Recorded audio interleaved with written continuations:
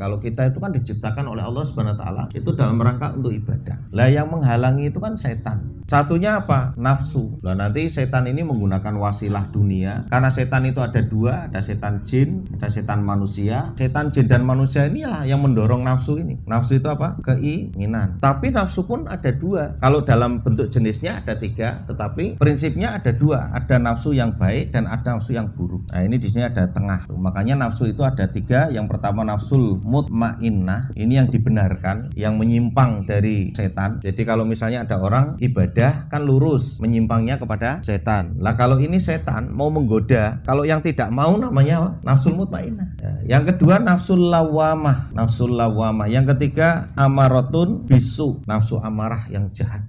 Jadi dia yang mendorong orang untuk melakukan keburukan-keburukan. Nah ini kita akan bahas satu-satu insya Allah ya. Sehingga kita nanti akan tahu kedudukannya. Kita ini dikuasai oleh siapa? Apakah dikuasai oleh nafsul mutmainnah, atau dikuasai oleh nafsul lawamah, atau dikuasai oleh nafsul amaratun bisu. Kemudian memang ada satu pertanyaan, dan ini berbeda pendapat. Apakah nafsu itu satu dan yang tiga adalah sifatnya, atau setiap manusia itu memiliki tiga-tiganya? Memang di situ kadang-kadang namanya ulama kan ketika meneliti itu ada perbedaan-perbedaan seperti itu. Pendapat pertama adalah pendapat para fuqaha ahli fikih dan para mufassir ahli tafsir. Jadi yang namanya nafsu itu kalau para ahli tafsir, apakah nafsu itu satu dan tiga itu adalah sifatnya, kemudian apakah manusia itu memiliki tiga-tiganya. Sementara pendapat yang kedua adalah pendapat mayoritas ahli tasawuf, tetapi pada hakikatnya tidak ada yang bertentangan dua pendapat ini, karena yang berpendapat adalah ulama itu selalu saling mendukung walaupun tampaknya itu berbeda.